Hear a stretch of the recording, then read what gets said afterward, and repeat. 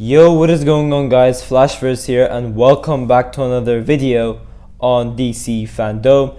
And this will be my trailer breakdown for the Wonder Woman 1984 trailer. And this trailer is just very exciting to talk about.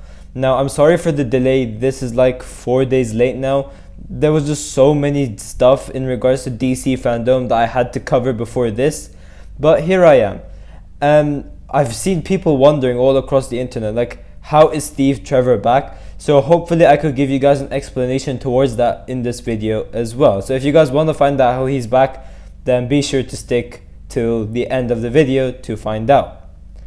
But here I am, finally at the Wonder Woman 1984 trailer.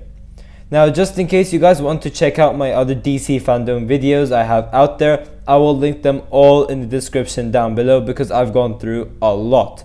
I went over the Snyder Cut trailer, the Batman trailer, the Batman panel, the Flash Season 7 panel, the Flash Season 7 trailer, the Flash movie panel, and the Titans Season 3 panel. So all of those will be linked down below if you guys want to check any of them out.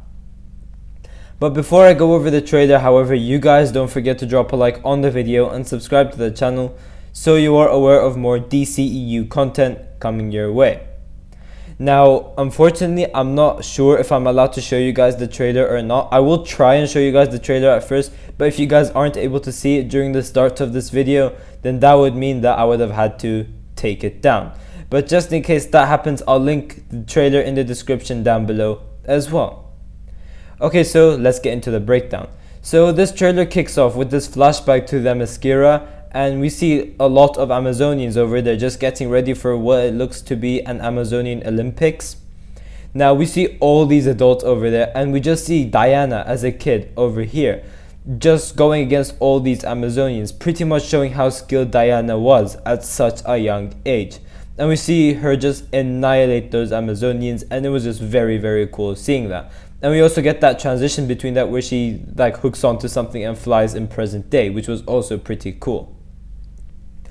We then have Wonder Woman just swinging on the lightning, which was a really cool and WTF moment from the very first trailer. But we got another look at it for this trailer as well, and it is just really sick. This movie does have very impressive visuals that I can't wait to see. And we then cut to Maxwell Lord over here, and what he's doing is that he's broadcasting this message around the world, and he's basically offering them anything they desire due to him having possession of the Dreamstone. So basically in this movie, Maxwell Lord is a villain in his own kind as well, and he will be the one responsible for all these metahumans basically being unleashed in whatever city they're in. Now, the way I think they will make the Dreamstone work is that you will have to give up something for the dream to be fulfilled, and I'll get into why that is in a bit. So we see Wonder Woman in this trailer as well facing off a couple of guards, and that mainly had to do with her attempting to either take down Maxwell Lord or something, or it could be that she's just fighting these corrupted guards that they use the Dreamstone for. And once we have Maxwell Lord mentioning his offer, ironically, as soon as that happens, we have the trailer cutting to Steve Trevor and Diana, and we have Diana re-encountering Steve Trevor from like how many years back. So this leads me to believe that Diana goes to Maxwell Lord and will desire for Steve Trevor to be back. However, will give up her power by the looks of it. Or maybe what they could do is, maybe once Wonder Woman attacks the White House by the looks of it, Maxwell Lord is like, right, we need something to make Wonder Woman weak. So he'll use the Dreamstone in order to do that. And then that's how they bring Steve Trevor back, and Wonder Woman loses her power like that, because I will get into that in a second, because it is basically an Easter egg that you guys would have missed. But we cut to Barbara Minerva as well a couple of times in this trailer. This trailer is more like a Cheetah trailer than it is a Wonder Woman trailer, and over here she's obviously going to desire to be an apex predator. She mentions that she doesn't want to be like anyone. She wants to be an apex predator. So obviously that's what's going to make her Cheetah, and I think she's going to have to give up her humanity for that transformation. But we have Cheetah enter the White House as Wonder Woman is on the ground, and we have the two of them just put on a great show. I absolutely love this trailer, and just all these visuals, they just look really, really awesome. And we have Cheetah just launching at Diana, and one thing about this is Diana attempts to use her gauntlet clash and it doesn't work. Cheetah literally goes right through it, and I will explain that in a second as well. But we do have these two face off each other, and we do see Cheetah's jealousy really kick in this trailer as well, and how she mentions that Diana has everything whereas people like her have nothing. So we see where Cheetah's motivations are coming from, and that is what really results her to becoming Cheetah.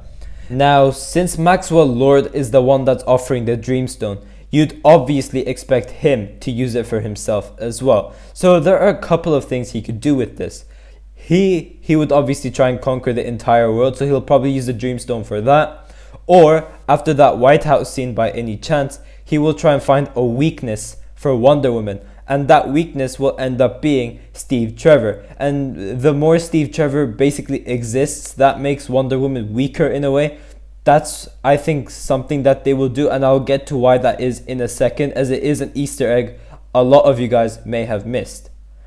Now, in regards to Cheetah, I am very interested to see like what happens in terms of her powers. Like once she becomes full on Cheetah, can she go back and forth within those two modes like Barbara and Cheetah? Or once she becomes Cheetah and she is fully evolved into Cheetah, that's it, there's no going back. So I'm very interested to see how they'll solve all of that.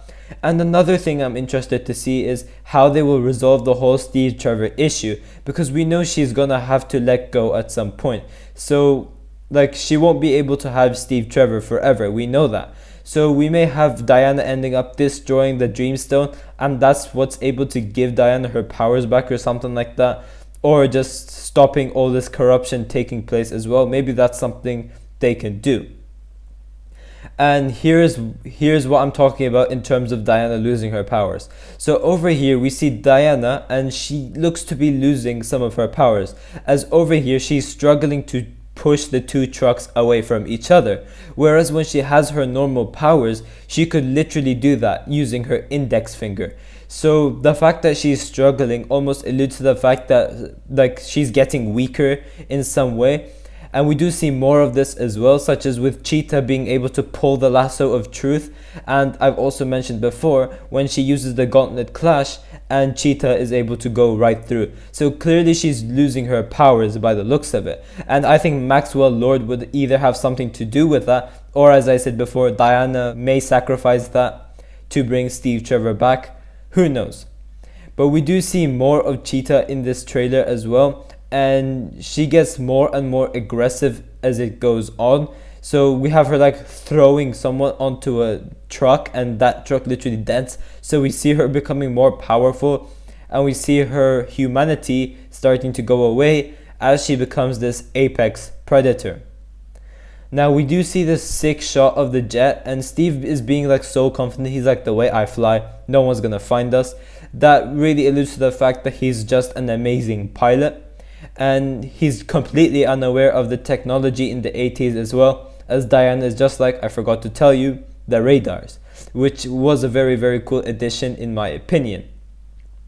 But as they fly, like the visuals just look really, really cool. I cannot believe how cool this looks, especially with the fireworks and everything. Now I am interested to see if this is meant to be like the invisible jet from the comics or something like that. I would be shocked if it is, but I don't know. But lastly, in the trailer we cut to Cheetah versus Wonder Woman. At first I was really apprehensive on how Cheetah would have looked, as I was afraid it would have looked something like the cat. However, when seeing this trailer for the first time, I was stunned. She looked really, really cool and just so badass. So that is something like well done for that. Like the CGI, the fur and everything, Cheetah really, really looks good. And that was something that I was really scared about, but it isn't something to worry about now because she looks great.